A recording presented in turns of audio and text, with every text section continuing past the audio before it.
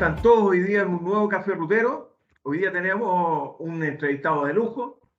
Vamos a leer un poco, digamos, su currículum, que es bastante extenso, la verdad, pero vamos a hacer un pequeño resumen de Luis Asensio, que va a ser nuestro entrevistado. Él es PH en Ciencia e Ingeniería, Universidad de los Andes, especialista en Política y Planificación de Transporte, Universidad Nacional San Martín, Argentina, máster en Ciencia y Gestión de Operaciones, Universidad de Chile, ingeniero civil industrial de la Pontificia Universidad Católica de Valparaíso.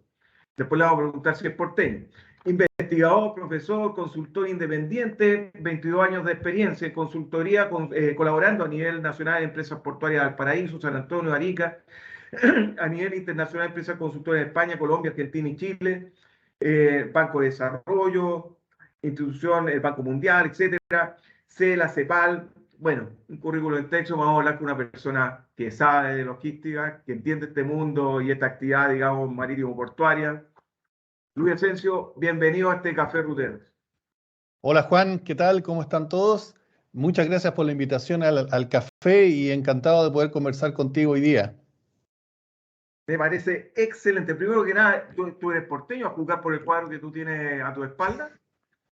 Por supuesto, mi carnet dice nacido en El Puerto, el carnet dice atrás. Viví un tiempo en Valparaíso, estudié en Valparaíso, tengo mi corazón dividido entre Viña del Mar y Valparaíso. Digamos, por circunstancias de la vida, ahora estoy viviendo en Santiago, pero permanentemente estoy en la región de mis amores. Y soy wanderino también, así que herencia de mi padre que jugó en el Wander. Mi padre es justamente de Cerro Mesilla, al lado de Playa Ancha. Pasó jornadas futbolísticas ahí en Alejo Barrios. Así que nada, pues Valparaíso siempre en el corazón. Gran recuerdo, Luis, entonces, porque el Alejo Barrio, Wander, etcétera. Y esto de ser porteño también, como que a uno lo sella un poco, porque querer la ciudad es algo importantísimo hoy día. Luis, bueno, para entrar en materia, en el fondo, vamos a hablar un poco de lo global a lo particular. Y la idea es ver cuál ha sido tu diagnóstico respecto al mundo logístico portuario después de la pandemia. Bueno, como todos sabemos que la pandemia dejó expuestas a muchas industrias, ¿no? Sobre todo a las industrias globalizadas, eh, un impacto muy concreto en las operaciones, en lo que son las inversiones, la movilidad, digamos, global que tiene esta industria en particular. Estamos hablando de personal marítimo, ¿cierto? Que se tiene que mover por todo el mundo, personal portuario, digamos, y logístico trabajando, muchos de ellos 24/7, y todo lo que fue pandemia, como te digo y como todos sabemos, digamos, afectó el campo laboral, digamos, de manera inmediata, ¿no? Trabó muchas cosas eh, en circunstancias, digamos, en un contexto globalizado, como indicaba, y particularmente la logística y el comercio exterior, que es el tema que nos convoca, ¿cierto? La logística portuaria y el comercio exterior se vio muy afectado. Y otro aspecto interesante es que también deja expuesto un poco la estructura general de esta industria, ¿ya? Una industria muy poco conocida muchas veces por el público en general, digamos, eh, e incluso por los mismos actores que son parte de la industria. Por ejemplo, que es muy importante el rol que tienen dentro de los transportes marítimos, el rol de los dueños de los barcos, que no necesariamente son las navieras. Y ya desde ahí la cosa se ha ido complicando en un primer aumento de los costos de arrendamiento de la gente que tiene sus barcos y que los arrienda a las navieras. Eso generó un pic, digamos, muy fuerte en la estructura de costos de las navieras que las hizo reaccionar, como ya todos sabemos, ¿no? Un alza importantísima en los fletes, que nunca se había visto, digamos, uno en general, en cualquier mercado, uno está por ahí dispuesto a pagar no sé, un 10% más, un 20% más cuando ocurren cosas raras, ¿no? Pero un 600% más. Yo no sé, Juan, si tú conoces alguna industria en donde de la noche a la mañana te aumentan los costos de esa manera. Ninguna. Oye, y ese impacto lo vimos todos los usuarios finalmente. Claro, que eso, de alguna manera, avanzando en la cadena de servicio, claro, los productos no aumentaron un 600%, digamos, pero el efecto látigo de esta situación, una cosa más académica que se ha estudiado, de hecho me da risa porque años atrás, no sé, 2005, 2006, muchos profesores de instituciones universitarias muy grandes, digamos, ya estaban advirtiendo que la logística se tenía que preparar para el cambio climático. Y todo iba un poco pensado en todos los problemas de huracanes en Estados Unidos, en Europa, la falta de agua. Eran, digamos, el panorama, el radar, ¿ah? En los logísticos, la gente que estaba pensando en cadenas de suministro resilientes, ¿no? Esa palabra que mucho Claro, se ocupa. Y muchas grandes corporaciones, muy interesante esto, ya estaban trabajando con grandes centros académicos como MIT o otros europeos.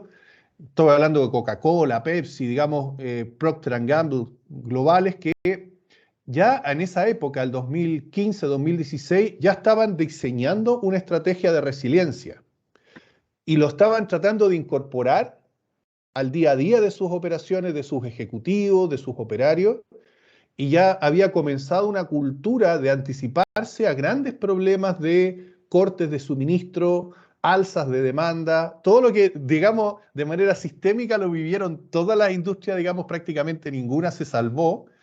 Y claro, el 0,01% de las empresas globales estaba preparada y el resto no estaba preparada. o sea, lo que tú Entonces, estás diciendo, Luis, en el fondo es, esto va a quedar.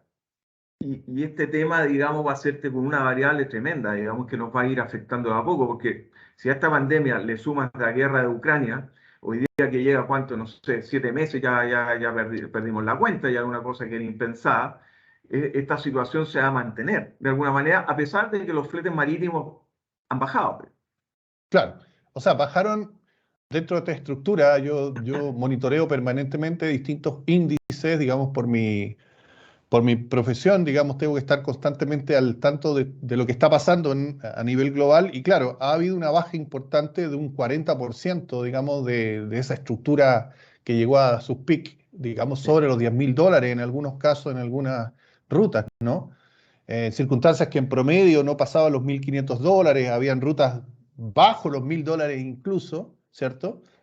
Ahora ya estamos en los 6.000, ¿ah? En los 6.500, sigue Exacto. siendo muy alta, digamos, pero sí, efectivamente, el sistema, como todo sistema, como el cuerpo, esto es como el cuerpo humano, ¿no? O sea, al final se termina adaptando de alguna manera y volviendo a sus cauces los más naturales. También parece la analogía con el río, hay varias analogías muy interesantes y como son sistemas sociales, en definitiva. Estamos hablando de personas y de empresas y de un tejido social, ¿cierto? Las cosas tienden a volver a un cierto equilibrio. ¿Cuál? Exacto. Obviamente en otro estadio de equilibrio, ¿ah? Que estamos tratando de averiguar todavía todos. ¿Ah? ¿Cuál es ese nuevo estadio de equilibrio? Muchos dicen que la pandemia obviamente arrojó muchas lecciones aprendidas, sobre todo para los logísticos, aunque te diría que los logísticos fueron como los que estaban más preparados ante estas situaciones disruptivas, porque si entramos ya a picar, Juan, y tú lo sabes bien, las disrupciones en logística se viven todos los días, ¿ah? Que en el puerto, que tu cliente, Así que es. el transporte, que falló, que se cortó una ruta, son situaciones que las vivimos a diario, ¿no? Así es, Luis.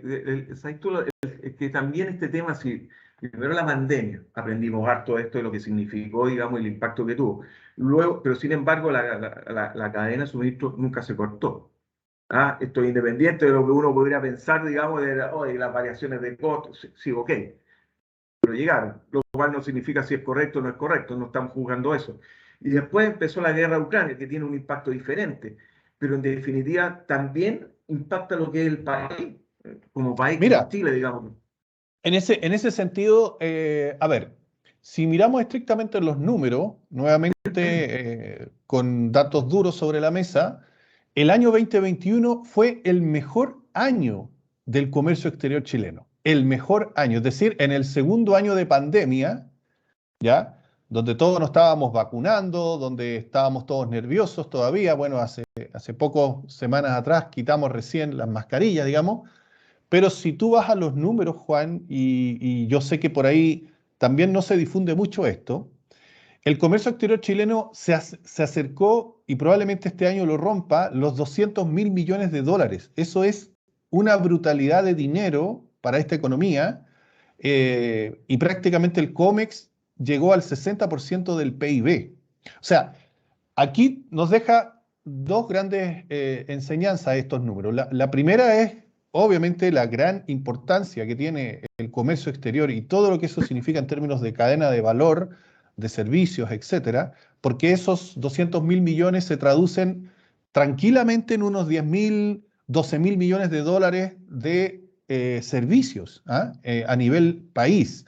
Y eso es como 3 veces la industria del salmón, por ejemplo, o 2 veces la industria del salmón. Es decir, si tú quisieras relevar a la logística y el transporte en el contexto nacional, deberíamos ser top 5 de las que deberían tener una política, una estrategia, una modernización, leyes que nos permitan avanzar y todo lo que tú quieras, digamos, que lo tiene hoy día la minería, que lo tiene el salmón, que lo tiene la forestal, ¿cierto? Que crecen y crecen, ¿cierto? Y ahí entramos después a la pregunta, y bueno, ¿qué hemos hecho? ¿Cómo aprovechamos esta situación? Yo veo el vaso medio lleno, digamos. O sea, creo que es uno de los momentos interesantes, porque, de nuevo, en términos de números, fíjate, Juan, que de cada 3 pesos que recauda el Estado y que gasta en todo lo que significa el Estado como un ente dentro de nuestra sociedad que cumple un rol, ¿cierto? 1 peso de esos 3 pesos, o sea, uno de cada 3 pesos viene del comercio exterior, de impuestos asociados, aranceles asociados al comercio exterior. O sea, dentro de la lógica del Estado, pesamos más de un 30% desde el punto de vista de la recaudación. Entonces, ahí ya tienes dos argumentos. El peso en el PIB, lo que significamos como industria a nivel de números globales versus otras que también son importantes a nivel país, no se niega, digamos. Y tercero, en términos de recaudación. No sé qué opinas, o sea, son O números sea, que... pero Luis, a ver, pero entonces se sigue manteniendo el comercio exterior en Chile, todo lo que nosotros estamos realizando como logístico portuario, es un pilar fundamental y una columna de la economía en el país. Pero ¿cómo se entiende entonces, digamos, que queramos plebiscitar los acuerdos, digamos, internacionales que tenemos en términos de comercio? Mira, ese por ahora es un contrasentido porque la apertura comercial de Chile ha probado, digamos, su eficacia, ¿no? Eh, Somos un país pequeño ahora mirado geopolíticamente, ¿no? Y a mí me ha tocado estar en varios países y observar muchas situaciones. Por ejemplo, da mucha sana envidia lo que hace Perú, por ejemplo, en comercio exterior, que tiene un ministerio de comercio exterior que entendió este rol que Chile lo anticipó en los 90, como tú bien dices. Perú lo rescata, toma todo lo positivo de Chile de los 90 y lo implementa en los 2000. Todo viene después, te fijas, o sea, las reformas portuarias, por ejemplo, en Perú llegaron recién en el 2006-2007, o sea, 8 o 10 años después de Chile. Lo de comercio exterior llega 10 años después de Chile. Pero, y ahí está lo interesante, toman las lecciones aprendidas, es decir, las cosas que Chile no hizo bien, ellos la hicieron bien. Por ejemplo, se dieron cuenta de la importancia del comercio exterior y crean un ministerio de comercio exterior. La importancia de los trámites electrónicos y crean una ventanilla única de comercio exterior que nos lleva 20 cuerpos adelante a nuestra lamentable ventanilla única. Eh, Nuestro comercio exterior sigue basándose en papeles. Seguimos con puertos donde hay trámites a veces que se hacen a la carrera, subiéndose al camión, pasándole un papel. Eso es ridículo en una economía que, como tú bien dices, depende en un 60%, digamos, que representa un 60% a nivel del PIB. Entonces, claro, por un lado tenemos esta apertura que yo la dejaría, digamos, no, ahí no creo que hayan tantos problemas en el COMEX. Todo se puede revisar. Estados Unidos mismo, tú lo sabes, una economía muy abierta, permanentemente revisa sus tratados, se pelea con economías como la China, etcétera, etcétera. Yo creo que los problemas, Juan, tenemos que enfrentarlo a nivel interno. Yo creo que ahí es donde tenemos los profesionales, los académicos, la gente que está en el día a día de la logística, tiene que juntarse un poquito más y empezar a hacer cambios importantes porque, de nuevo, Juan, estamos en la tercera década de lo que fue, y tú lo viviste de manera cercana, a lo que fue la reforma portuaria, que es la piedra angular de todo esto que estamos hablando acá, Juan, ¿ya? Entonces, después de 3 décadas, mantener más o menos las mismas lógicas de funcionamiento de industria que cambió completamente, ¿ya? Amerita una reflexión más profunda. De nuevo, ahí mi experiencia internacional. Yo hace justamente casi 9 años estuve en Australia, que partió justamente en la misma década de nosotros, en los 90, con una reforma portuaria. Ya lleva 2 reformas portuarias importantes. Ellos revisan todo cada 10 años. Dicen, a ver, en estos últimos 10 años, ¿qué fue lo positivo? ¿Qué fue lo negativo de una política pública? Porque aquí estamos hablando de una política pública, ¿no? Y se juntan con todos los actores y definen nuevos drivers, analizan qué se viene como tendencia y ajustan lo que tengan que ajustar. Siempre con altura de mira, siempre sin nivelar para abajo, sino que nivelar para arriba. Y ahí hay cosas, insisto, bien interesantes que se podrían rescatar. Pero en ese sentido, primero, te tengo que agradecer un tema, Luis. Yo creo que has dado a conocer información que nunca se maneja, digamos, las noticias, la información en general en términos de los números, lo duro. Esto es lo que representa más del 30%, es extraordinario. O sea, es una industria que hay que cuidar, que hay que fomentar la tecnología y el uso, digamos, de inteligencia artificial, de sistemas, digamos, que hablen y se entrelacen entre sí. Ahora, el tema es, por ejemplo, cómo enfrentaremos nosotros, desde el punto de vista de la industria, Puerto de Chancay, que está al lado. ¿Qué significa para nosotros? ¿Qué es lo que diéramos? A ver, ¿cuál es tu idea? Si tuvieras una varita mágica, ¿qué es lo que tú harías, Ya. digamos, respecto de cómo nosotros deberíamos operar? De nuevo, no hay que reinventar la rueda porque este ejercicio, Juan, el 2015, la industria se juntó, ¿ya? Hubo un momento de lucidez, yo diría, el 2015, liderado por el Consejo Nacional de Innovación, digamos, el CENIT, en ese minuto, e hicimos una estrategia 2030, ¿ya? Entonces, la industria lo hizo, pensó en sus debilidades, en su fortaleza, y planteó una estrategia que barría con varios puntos que yo considero fundamentales dentro de una estructura de modernización, digamos, que tampoco es nada nuevo, digamos. Por ejemplo, lo que tú planteas de Chancay tiene básicamente que ver con cómo vamos a enfrentar las infraestructuras portuarias en los próximos 50 años. ¿Ya? Volviendo a nuestro Valparaíso, tenemos un molo de abrigo que va a cumplir 100 años, ¿ya? Y construimos eso con plata de la época, con tecnología de la época, y ahora nos sentimos como muy abrumados porque tenemos que construir otro molo de abrigo, no sé, pues en San Antonio, por ejemplo. Y la pensamos. Digamos, no hay que pensarlo mucho. Si la infraestructura hay que construirla, hay que hacerla ordenadamente, ¿ya? Pero eso te da cuenta un poco de una mirada estratégica sobre el tema. Yo creo que ahí, en ese documento, que es otra información que no muchos manejan, que yo no sé por qué el Ministerio de Transporte se pone un poco colorado cuando tiene que decirlo, pero ahí están las bases de todo lo que más o menos, Juan, estamos conversando acá. Es decir, la postura chilena en términos de infraestructura portuaria, cuál va a ser, digamos, la dinámica de las infraestructuras, que es todo un tema, ¿ya? Los conceptos de gobernanza logística que han probado ser instrumentos muy, muy interesantes, pero que hay que darle mucha más potencia, más musculatura en los puertos chilenos para efectos de, por ejemplo, avanzar mucho más rápido en lo que son las reglas operativas de los puertos, la logística de fiscalización. Yo siento, Juan, por ejemplo, que en logística de fiscalización estamos en el siglo estamos funcionando con una lógica de hace 2 siglos. No tenemos, digamos, una fluidez en la inspección de carga, no tenemos funcionarios que entiendan de logística. A mí me daba pena, hace muy poco conversaba con funcionarios aduaneros y el tipo nos decía, no me hablen de logística, yo no sé nada de logística, yo nunca voy a entender la logística, yo tengo que aplicar la ley. Oye, pero si tú eres un eslabón, digamos, fundamental de lo que son la cadena de servicio, no me puedes responder eso o pensar eso. Entonces, ahí claramente tenemos un problema estructural que hay tiene que abordarse de manera seria, ¿ya? Y por eso un Ministerio de Transporte que por ahí no le dedica todo lo suficiente a cargas y mucho más a pasajeros, nos deja en desventaja frente, de nuevo, al caso peruano, ¿no?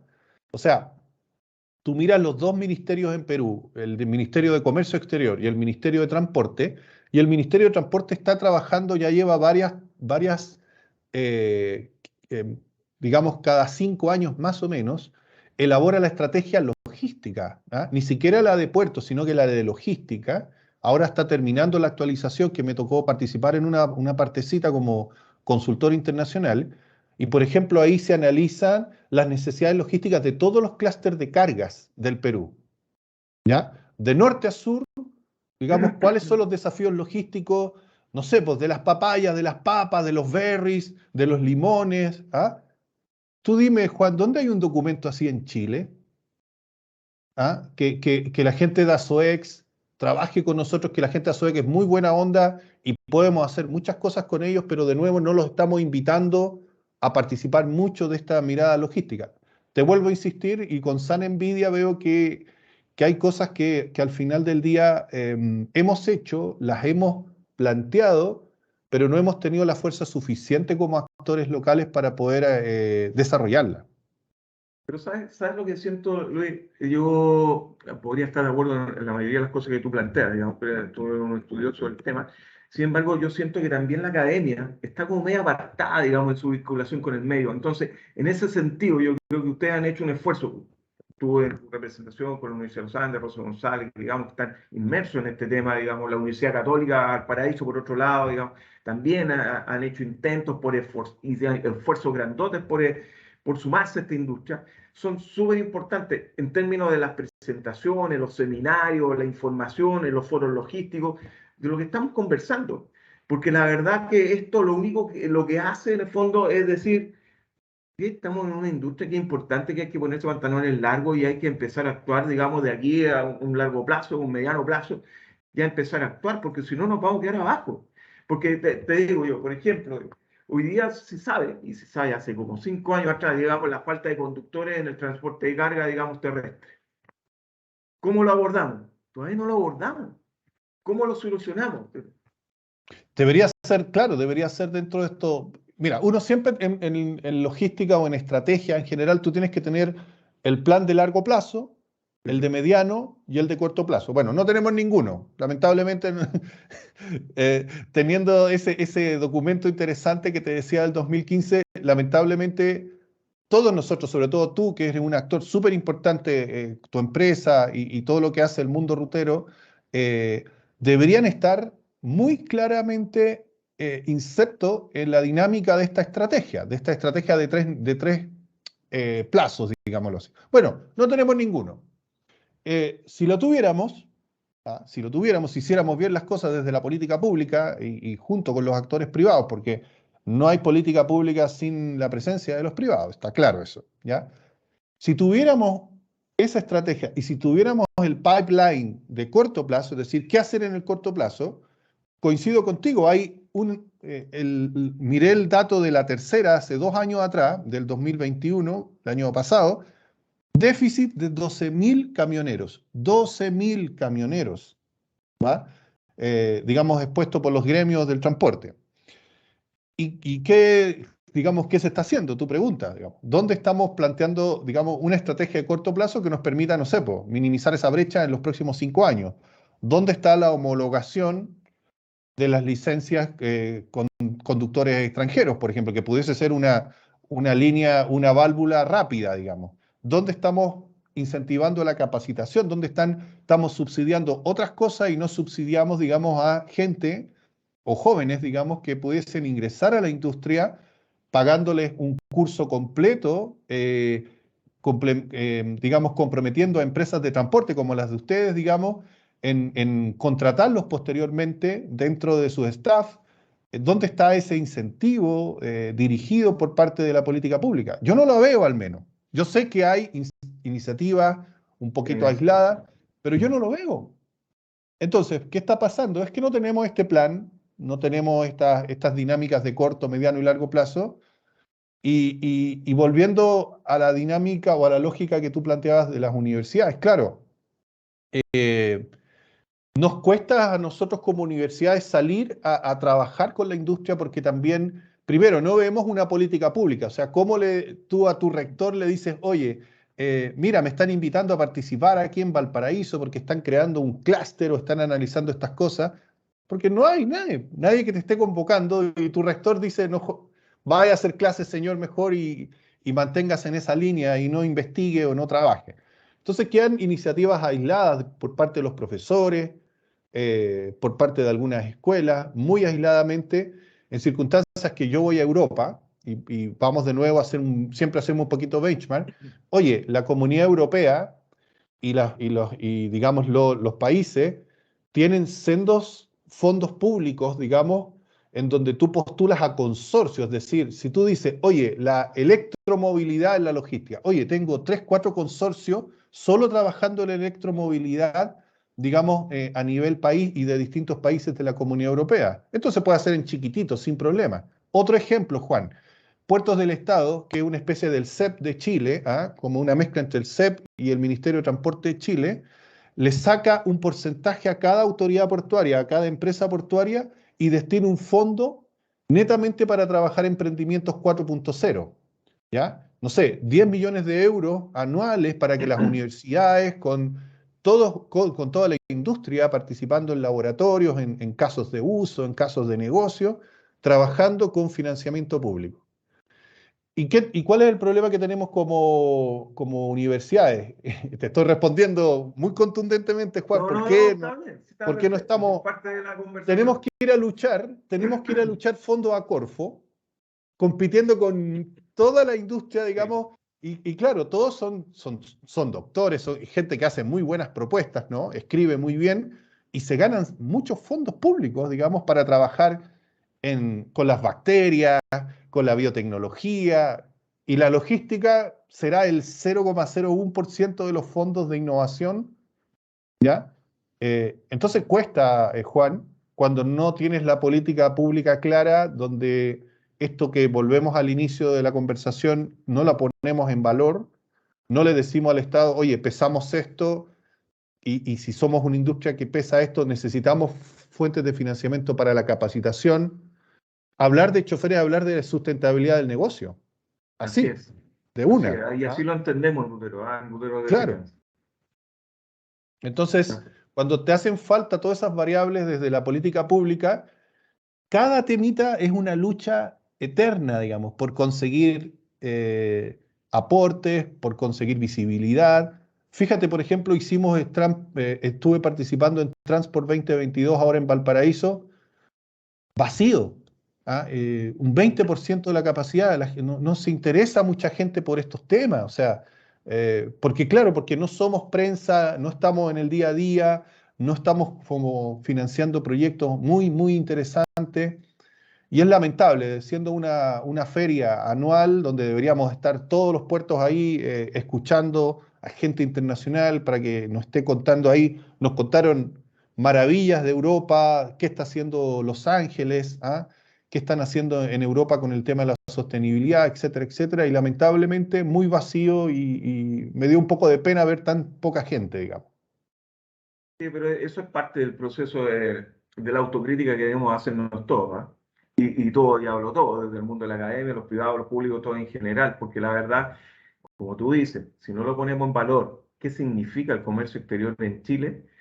Poco y nada, digamos, se puede hacer, digamos. Entonces, lo que debemos hacer es justamente eso, es difundir cuáles son los beneficios de lo que significa, digamos, el mundo logístico portuario en general, cómo todo esto beneficia a la gente, en definitiva, al usuario, a la persona que anda en la calle, el que ve un camión pasar y no sabe qué es lo que hay detrás de eso, digamos, para poder mover un camión o mover una nave, el que está mirando el puerto, digamos, o qué significan estos tarritos, digamos, llamados contenedores, que trasladan, porque si no lo difundimos, no culturizamos, entre comillas, digamos, este tema, la ciudadanía no se va a enterar.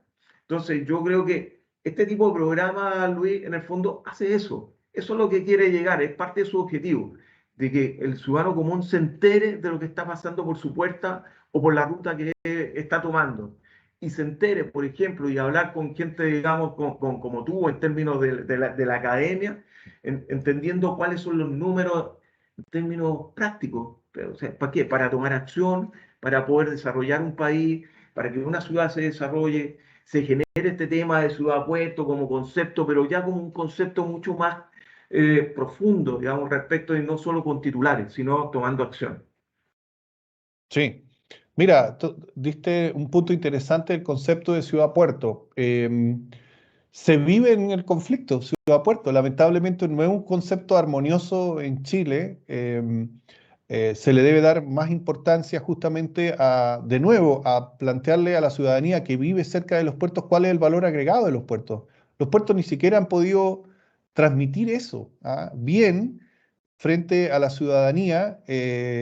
Muchas ciudades tienen una serie de conflictos todavía con el puerto, con los transportistas, incluso con las zonas de desarrollo logístico, digamos. eh, y al contrario, digamos, es fuente de riqueza, es fuente de trabajos de buena calidad, digamos, bien remunerados. Este, y en ese punto, de nuevo por faltas de política en esa línea, me tocó en algún minuto de mi dinámica profesional avanzar justamente en un consorcio global que trabaja estos temas de ciudades, puertos y en Latinoamérica en general falta mucho todavía también en esa dimensión, digamos. Entonces estamos en permanente conflicto, insisto, en circunstancias que deberían ser un win-win, ¿no? Un ganar-ganar entre lo que es la industria, lo que son el rol que tienen las ciudades puertos en la economía, en el territorio, digamos. Y ahí también hay mucho que hacer. Y yo creo que lo otro, y volviendo de nuevo a un segmento de la industria que es el transporte por carretera, ¿ya? Em, Creo que países que anticiparon algunos problemas en esta industria, que es compleja, no podemos negar que no es algo muy sencillo de domar, ¿ah? Desde el punto de vista de los gremios, de los empresarios, de los mismos partícipes como los choferes. Ni hablar todo lo que está sucediendo en la zona sur del país, donde los principales afectados han sido justamente el transporte por Así es. carretera, la quema de camiones, etcétera, etcétera, la seguridad, incluso la muerte de algunos colegas choferes en las rutas, digamos, es dramático y es lamentable, digamos, ¿ya? Pero si lo miramos desde una perspectiva de políticas públicas nuevamente, vuelvo de nuevo al caso de Australia, que me gusta mucho, hay cosas muy interesantes y ahí ellos, por ejemplo, pensando en la calidad de vida de los choferes, han ido desarrollando distintas normativas que protegen al chofer, ¿ya? Por ejemplo, hace allá casi unos 10 años surgió la idea de plantear lo que sería una especie de reglamentación general que habla sobre la cadena de responsabilidad. ¿Ya? Ellos investigaron, por ejemplo, las causas de muchos de los accidentes, ¿ah? En carretera y que son, cuando realmente hay un accidente de un camión, tú sabes que es un problemón general, muchas veces mueren muchas personas, muchas de ellas inocentes por un accidente de un transportista que se quedó dormido, por ejemplo, ¿ya? O que volcó porque iba a una velocidad inadecuada en lo que pudiese ser una curva, ¿no? Generalmente. Entonces ellos investigaron las causas, ¿ya? De esos accidentes y llegaron a la conclusión, por ejemplo, que cuando se presiona al chofer o a la empresa de transporte o se le deja esperando mucho tiempo, ¿ya? O se le presiona por el cumplimiento de ciertas métricas logísticas, ocurren los accidentes. No es la principal causa, digamos, pero ahí se dieron cuenta de un elemento que significa respetar los tiempos del transportista. ¿Ah? Por ejemplo, el respetar, para mí, me sigue no cuadrando para nada que un transportista pierda 3, 4 horas esperando en un puerto, ¿ya?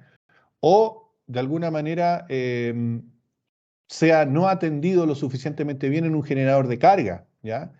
Entonces, las dos puntas donde está expuesto el transportista a estos problemas, digamos, en países como Australia se ha reglamentado a tal extremo de generar una ley que se llama de responsabilidad o de cadena de responsabilidad, porque al final es justamente quién es responsable, digamos, de todo el servicio, no es 100% el transportista. Entonces, ese concepto de cadena de responsabilidad pegó muy fuerte en los puertos y los puertos principales, como principales generadores de carga, digamos, entre comillas, ¿cierto? Se pusieron a tono y están trabajando muy fuertemente porque los tiempos de espera de los transportistas sean los mínimos. O sea, ni siquiera medido en horas. Ellos ya están, el estándar de un puerto son minutos, ya no son horas. Y creo que es un tema. Pero Luis, sí, podemos estar de acuerdo, pero primero hay que subsanar lo base. Hoy día.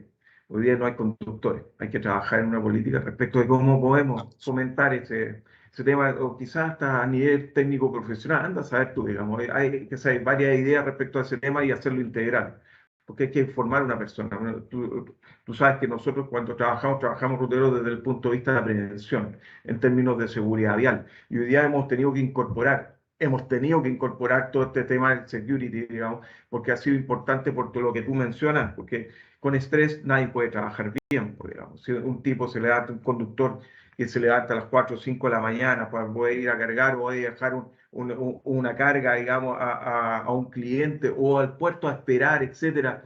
¿Ah? Y más encima tiene que pasar por la zona sur con el Es estrés muy de que mañana sacrificado. te dicen, te incendian el camión, te vale, cualquier cosa, que nadie puede trabajar de esa manera. Entonces, hay temas que hay que trabajar, digamos, en términos de la base, por lo menos, para poder pensar después cómo reglamentamos este tema. Entonces, se hace a veces difícil esta situación, y es complejo. Nosotros hemos trabajado casi por 7 años con los conductores de los transportistas, algo sabemos y entendemos, pues, digamos, cuáles pueden ser sus necesidades y sus dolores en este tema. Pero hay que trabajar a nivel de público-privado y hay que trabajarlo de una muy buena forma. Pero aparentemente después de toda esta conversación ya llevo anotado hartas cosas ya de, tú de lo que has dicho, tenemos harta tarea para la casa, para poder Sí, trabajarlo en conjunto. ahí te planteo de nuevo otra dimensión del mismo mundo, el mismo ecosistema del transporte por carretera. Eh, Otro problema que tenemos para el articulado de políticas públicas para puesta en valor digamos, del sector económico es la falta de información en lo que respecta a orígenes, destinos de las cargas. ¿Ya? Me llama mucho la atención, por ejemplo, que sigamos un poco en la prehistoria desde el punto de vista de la información de los volúmenes de carga movilizados entre distintos orígenes, destinos. Uh, Se tiene que hacer un gran esfuerzo para levantar esa información y es muy útil para las políticas públicas. Por ejemplo, es muy útil para justificar ampliación de carretera, es muy útil para poder tener una política dirigida de peajes más dosificado, este, para incluso justificar expansiones portuarias, ¿ya? Y yo como consultor lo veo, digamos, cuando quiero conseguir información, algo se ha hecho, algo se ha avanzado con el observatorio logístico, ¿no? De datos, em, pero nos falta una estructura mucho más natural de la toma de datos, ¿ya? O sea, hoy día, por ejemplo, las facturas de que hacen las pymes, una compañía pequeñita, se hace electrónicamente y al segundo servicio de impuestos internos tiene la facturación diaria que se está ocurriendo en cada sector económico del país, al segundo, al minuto, ¿ya? ¿Y por qué digo esto? Porque países que han implementado cosas como el manifiesto electrónico de carga terrestre, como Colombia, que no te estoy hablando de Australia, sino que te estoy llevando a un país mucho más parecido al nuestro, eh, que les tomó tiempo, porque toma tiempo ese tema, pero ya llevan 10 años trabajando en eso, y hoy día la información, yo te diría que es el país que más rica información tiene en la lógica de datos del transporte por carretera, y ayuda bastante. Ahí, bueno, hay temas más sensibles que tienen que ver con la parte comercial, con la parte de flete, que también es un tema que nos impacta, Juan. Tú me preguntabas cuáles son los impactos. El otro día creo que escuché que el índice de costos de transporte tuvo un alza histórica, digamos, que es parecido al IPC o es como el IPC del transporte, ¿no? Em, Tuvo un alza histórica mensual, lo que llevó al anual a también elevarse mucho. Recordemos que el transporte, los insumos, tienen al petróleo y a los derivados del petróleo como pieza fundamental, digamos, de la estructura de costo, más allá de los sueldos que también han tenido un alza, digamos, pero todos sabemos lo que ha aumentado el petróleo en el país, ¿ya? En todo sentido. Entonces, ese otro punto, Juan, que te quería plantear, la información, cómo a partir de que esta industria también comienza a entregar cierta información sobre la trazabilidad de sus operaciones, nos van sirviendo a todos, ¿ah? Nos van poniendo en valor nuevamente, ¿ya? Y ahí, de nuevo, tenemos un gran desafío dentro de los temas de modernización del sector, que es la transformación digital. Concuerdo contigo que los trabajadores, hoy por hoy los choferes ya no es el típico chofer de hace 30 años atrás, hoy día es un chofer súper tecnificado, que está muy deseoso de compartir información, necesita mucha información para tomar decisiones en todo momento, y creo que no estamos llegando como en esos tiempos con datos y cosas interesantes que le puedan mejorar su calidad de servicio, ¿no? Pero yo sumaría un punto, ¿ah? Porque antes que ocurra todo esto, uno debería tener que la información del registro civil respecto a los equipos, la información del permiso de circulación en las municipalidades, todas actúan bajo un mismo sistema. Situación claramente que no es así. Entonces, ya partimos de la base que hay que modificarla completa, digamos, porque tenemos que hablar un solo idioma, un solo lenguaje para obtener esa información que es rica, digamos, en Totalmente. términos para tomar decisiones respecto a los proyectos futuros que se puedan hacer. Entonces, Piso hay uno, un es el primer cambio que es piso. fundamental en la base, por Luis. ¿Ah? Súper, súper. No, diste en el clavo. Ahora, hay una palabrita técnica que por ahí la he escuchado alguna vez que se llama la interoperabilidad. La interoperabilidad es lo que tú planteas de los sistemas. ¿Ah? ¿Cómo es posible que estemos con un carné, digamos, poco añejo, con información que está en silos informáticos en alguna municipalidad, que no haya costado un mundo armar un sistema como el SITCOMEX, que yo entiendo que tú has participado junto al Ministerio de Transporte en levantar esa plataforma? Llevamos 4 o 5 años, digamos, y realmente yo no sé en qué estamos, digamos, tampoco se le dice a la industria cómo vamos avanzando en esos puntos. Y claro, Juan, concuerdo contigo. A nivel estructural hay que hacer, insisto, grandes cambios, pero al final del día es el dato, Juan, es la Muy claro. información como activo que para esta industria y para muchas otras pasa a ser hoy día ser fundamental para la toma de decisiones, ¿vale? Entonces, y todo lo que significa no tenerlo electrónicamente pasa a ser un papel y automáticamente expuesto a un error humano. ¿Ya? Y ahí es donde nosotros tenemos que incorporar, insisto, bases tecnológicas, muchas de ellas que están bastante maduras, ¿ah? En varias partes del mundo. Pero claro, volvemos a esta lógica estructural. O sea, aquí el desafío es que hay elementos estructurales que tenemos que abordar decididamente, no a medias, no pedacito a pedacito, sino que hay que hacerlas de manera integral, ¿ya? Y creo que una de ellas es justamente los registros. Y te quería llevar a otro tema, Luis, porque entendiendo ustedes hacen proyecciones y hacen una serie de estudios y pensando que todos los expertos, todos han dicho lo mismo, el próximo año, si ya no estamos en recesión. Entonces, la gente cuando tú le hablas de recesión dice, ah, ok, pero no sabe cómo le afecta. Entonces, ¿esto cómo le afecta al comercio exterior si un país está Ah, en recesión? bueno, de nuevo hay que mirar la historia, pues. ¿Ah? ¿Cuándo fue la última recesión que tuvimos fuerte? Fue en el periodo subprime, digamos, en 2009, 2010. Y hay una particularidad. Si se contrae la economía, no sé, un 2, un 3%, ¿ya? Que más o menos fue lo de ese momento, el comercio exterior se triplica en términos de baja, ¿ya?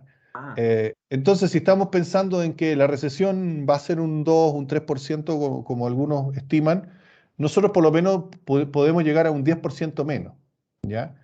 En términos de todo lo que puede significar eso, en volúmenes, en valorizado, que son como lo clásico, ¿ya?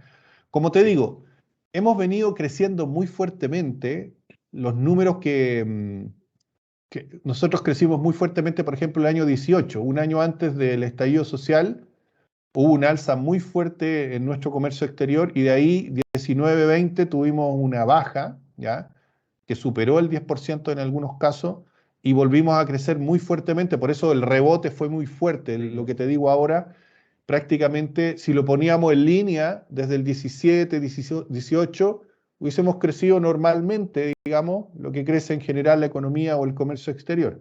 Pero como tuvimos esta baja y este rebote, los números son muy espectaculares, digamos, ¿ya? Entonces, bueno, a tu pregunta, sí, efectivamente, una recesión de la economía se siente mucho más en el comercio exterior, ¿ok? Em, Ahora, hemos, como sabemos, hemos sido muy resilientes en los últimos 20 años a alzas y bajas en los volúmenes. Por lo tanto, a la logística como tal, yo creo que no le va a afectar tanto porque está muy capacitada y es muy flexible desde ese punto de vista, ¿ya? Probó ser flexible en esta época de un alza significativa en los volúmenes y también baja en algún minuto. Todos nos pusimos nerviosos, pero de alguna manera el rebote vino en su momento. Y también hay que entender un fenómeno que fue acompañado de esta pandemia, que fue el fenómeno de la variabilidad, Juan, ¿ya? La variabilidad, creo yo que es un fenómeno que en la logística no estábamos tan, em,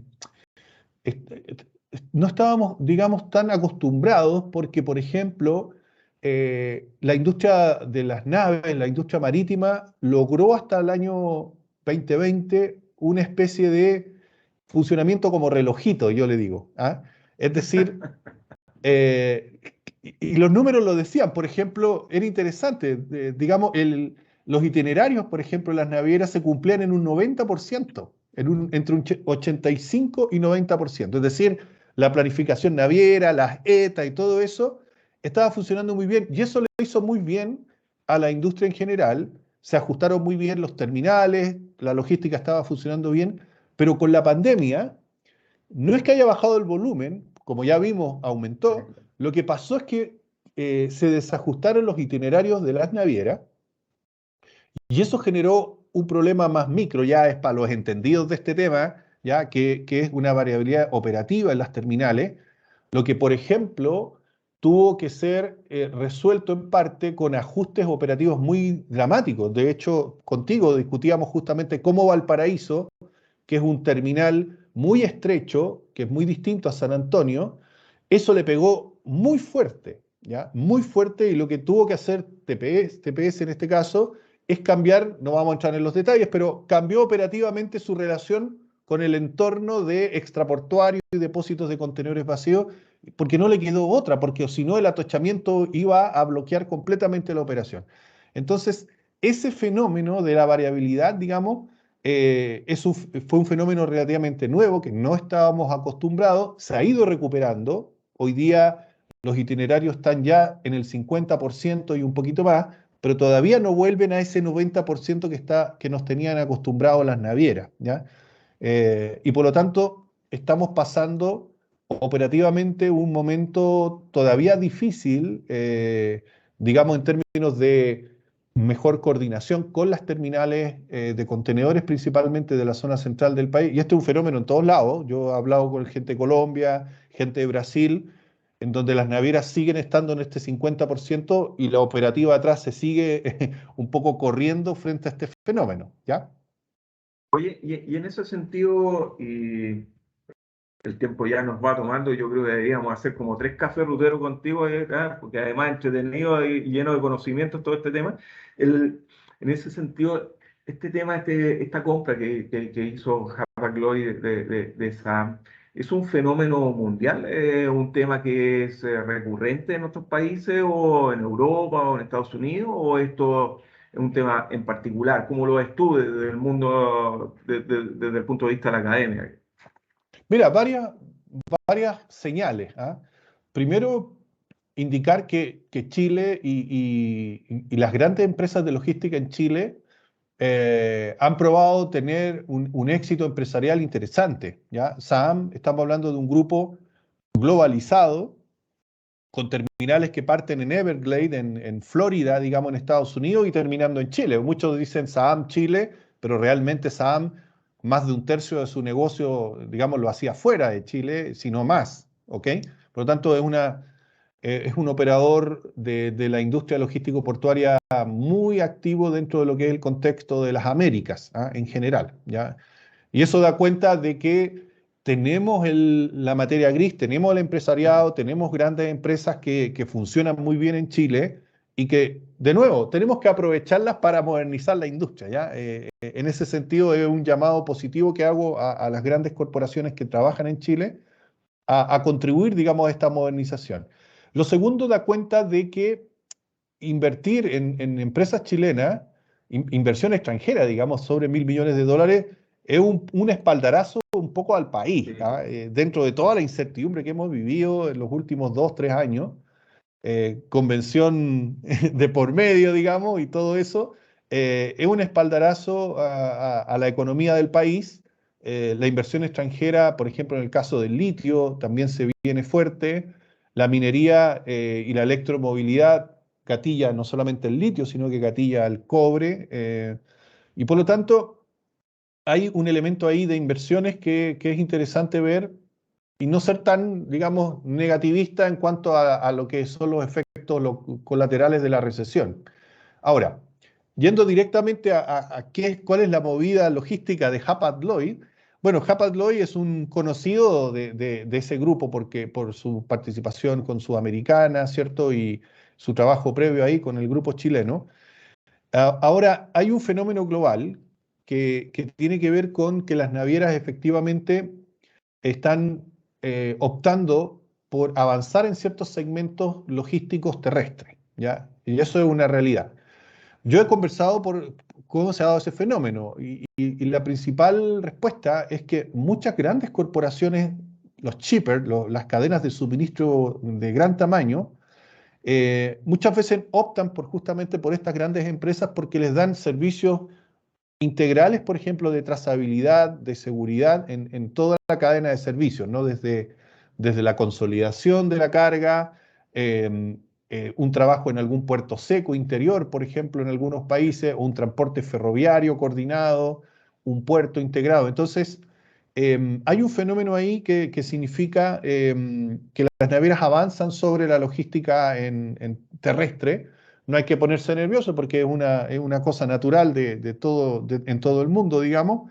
Lo que hay que tener obviamente muy claro son las reglas del juego internas, digamos. Cuando a veces por ahí las reglas del juego no son muy claras, a veces se confunden y hay algunos atisbos de abusos en algunos casos.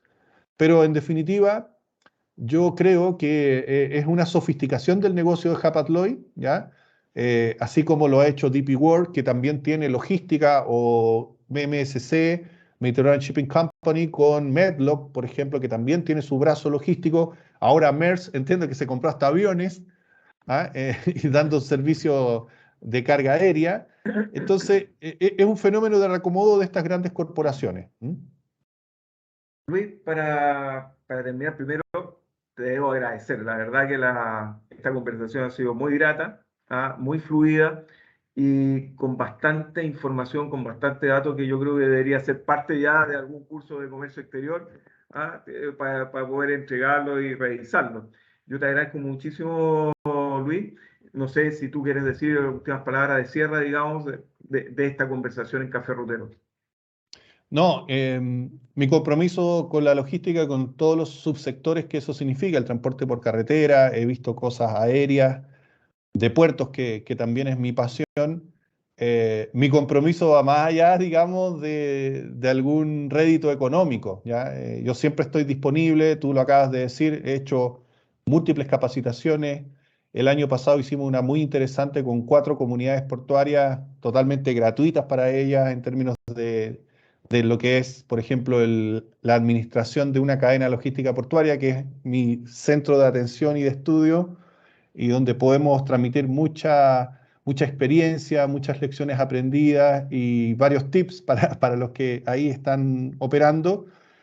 Y siempre disponible en donde me convoquen, digamos. Yo realmente estoy disponible siempre, tanto a nivel gremial como a nivel de políticas públicas y a nivel de investigación específica. Así que encantado de poder conversar contigo, Juan, de esta invitación.